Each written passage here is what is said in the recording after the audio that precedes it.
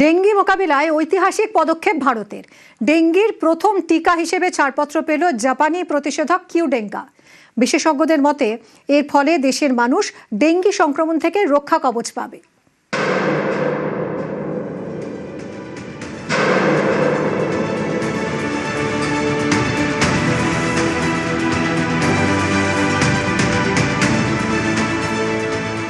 ভারতের জনস্বাস্থ্য ব্যবস্থায় ঐতিহাসিক মাইল ফলক। ডেঙ্গি প্রতিরোধে ভারতের বড় পদক্ষেপ। কেন্দ্রীয় সরকারের অনুমোদন পেল ডেঙ্গি ভ্যাকসিন কিউডেঙ্গা। দেশের প্রথম ডেঙ্গি প্রতিষেধক হিসেবে জাপানি সংস্থা তাকেডার তৈরি কিউডেঙ্গা টিকাকে ব্যবহারের অনুমোদন দিল drug controller general of India বা ডিজিসিএ।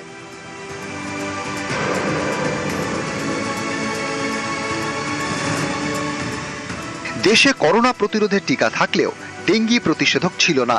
এই প্রথম ডেঙ্গি মোকাবিলার জন্য টিকার অনুমোদন দিল কেন্দ্রীয় সরকার।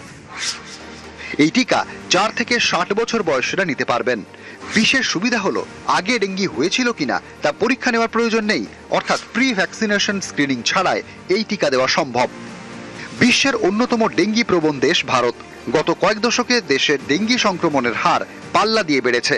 প্রতি বছর ভারতের অনেক মানুষের প্রাণ কেড়ে নেয় ডেঙ্গি। রিপোর্ট বলছে বিশ্বের মোট ডেঙ্গি আক্রান্তের প্রায় 1/3 ভারতের। শুধুমাত্র 2025 সালেই দেশে 1,13,000 মানুষ ডেঙ্গি আক্রান্ত হন। এই পরিস্থিতিতে তাকেডা বায়োফার্মাসিউটিক্যালস ইন্ডিয়ার তৈরি এই টিকা ডেঙ্গি মোকাবিলা এক নতুন যুগের সূচনা করবে বলে মনে করছেন বিশেষজ্ঞরা।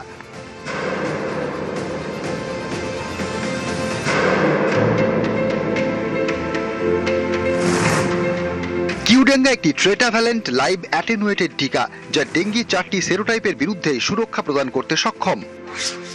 টিকা 2টি ডোজ নিতে হবে। প্রথম ডোজের 3 মাস পর দ্বিতীয় ডোজ দেওয়া হবে। প্রতিটি ডোজের পরিমাণ 0.5 মিলিমিটার। বিশ্ব স্বাস্থ্য সংস্থা বা হু কর্তৃক অনুমোদিত এই টিকা ইতিমধ্যে বিশ্বের 43টি দেশে সফলভাবে ব্যবহৃত হচ্ছে। ইতিমধ্যে 3 কোটির বেশি ডোজ সরবরাহ করা হয়েছে। সেই তালিকায় নাম জুড়ল ভারতের। বিশেষজ্ঞদের মতে জলবায়ু পরিবর্তন এবং দ্রুত নগরায়নের ফলে ডেঙ্গির প্রকোপ যে হয়ে বাড়ছে, তাতে এই টিকা সাধারণ মানুষের কাছে এক রক্ষা কবচ হয়ে উঠবে। হাসপাতালে ভর্তি হওয়ার মতো পরিস্থিতি এড়ানো যাবে। তবে বিশেষজ্ঞরা বলছেন শুধুমাত্র টিকাকরণে ডেঙ্গি নির্মূল সম্ভব নয়। মশা নিয়ন্ত্রণ, জনসচেতনতা এবং রোগ নির্ণয়ের ব্যবস্থাও একই সঙ্গে চালিয়ে যেতে হবে। নিউজ 18 বাংলা।